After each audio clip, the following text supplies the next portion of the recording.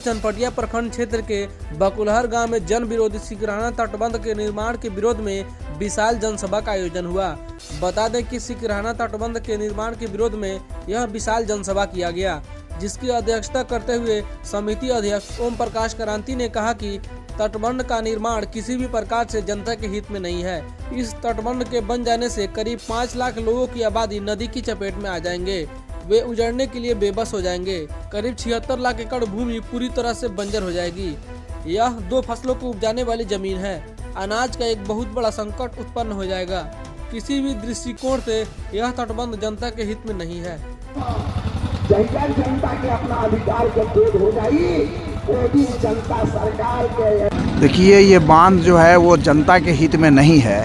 इस बांध के बन जाने से लगभग 5 लाख लोग नदी के पेट में आ जाएंगे, जो उजड़ने के लिए विवश हो जाएंगे, और लगभग 76 लाख एकड़ भूमि जो है इस नदी बांध के उत्तर दिशा में पड़ रहा है, जो बंजर हो जाएगा।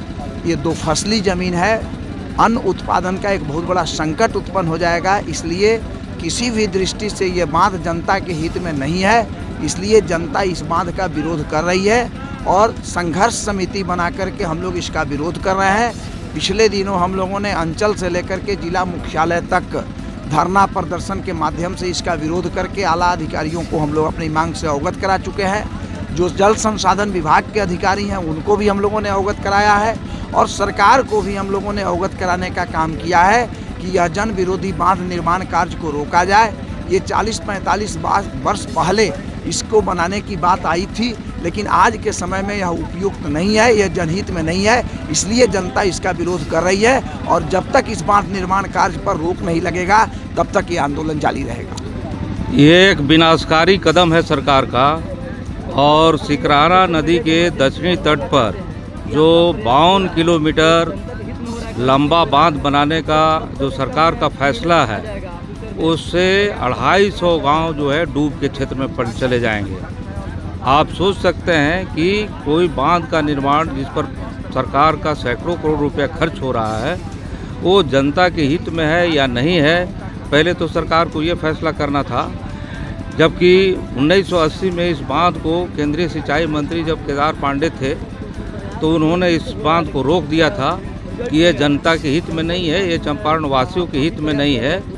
तो ये पुराना फिर मुद्दा जो है, गड़ा हुआ मुद्दा उखाड़ करके और फिर ये 250 गाँवों को डूब क्षेत्र में बदल देने के लिए जो ये सरकार का कदम है, ये कदम पूरा भ्रष्टाचार को बढ़ावा देने वाला, लूटपाट को बढ़ावा देने वाला। और आप सभी जानते हैं कि सरकार में जो है आए दिन पुल गिर रहे हैं, पूरे लूटपाट चल रही है।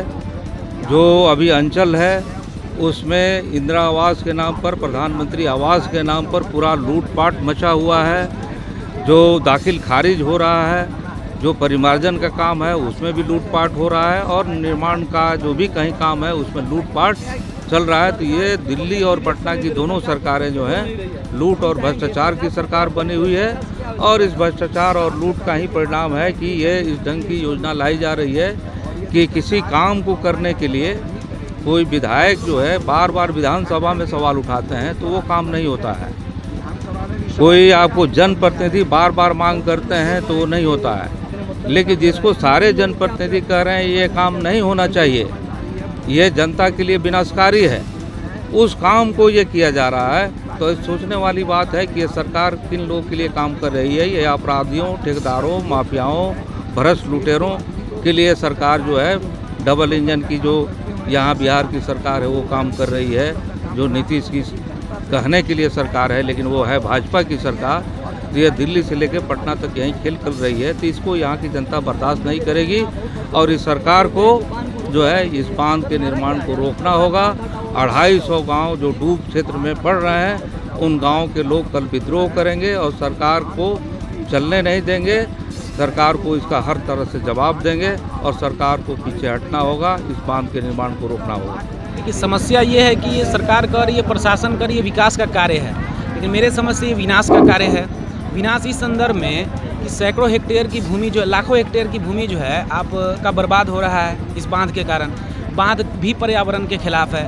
आप लाखों लोगों का ज़मीन जो है कि अधिग्रहण करके लोगों को जान को खतरे में डाल रहे हैं, कहीं से भी उचित नहीं है। तो सरकार को चाहिए, प्रशासन को चाहिए कि नए सिरे से सर्वे कराकर एक बार देख ले, यदि जनहित में है तो इसको करे, जनहित में नहीं है तो त्वरित इसको रोका जाए। तो मेरा यही डिमांड है। सभी जनसभा जो है, जन आंदोलन एक तैयार हो रहा है। इसका कहना है कि हम किसी भी हाल में इस कार्य को नहीं होने देंगे, क्योंकि हमारी जंगल ज़मीन पे खतरा है, हमारे अस्तित्व पे खतरा है। हम नहीं चाहते हैं कि बांध का निर्माण यहाँ पर हो। आपका परिचय? मेरा नाम तौसीफुर रहमान हुआ। मैं जिला परिषद सदस्य हूँ पूर्वी चंपारण बंजरिया से। सिकरहना तटबंध रोको संघर्ष समिति में एक सदस्य के रूप में हूँ।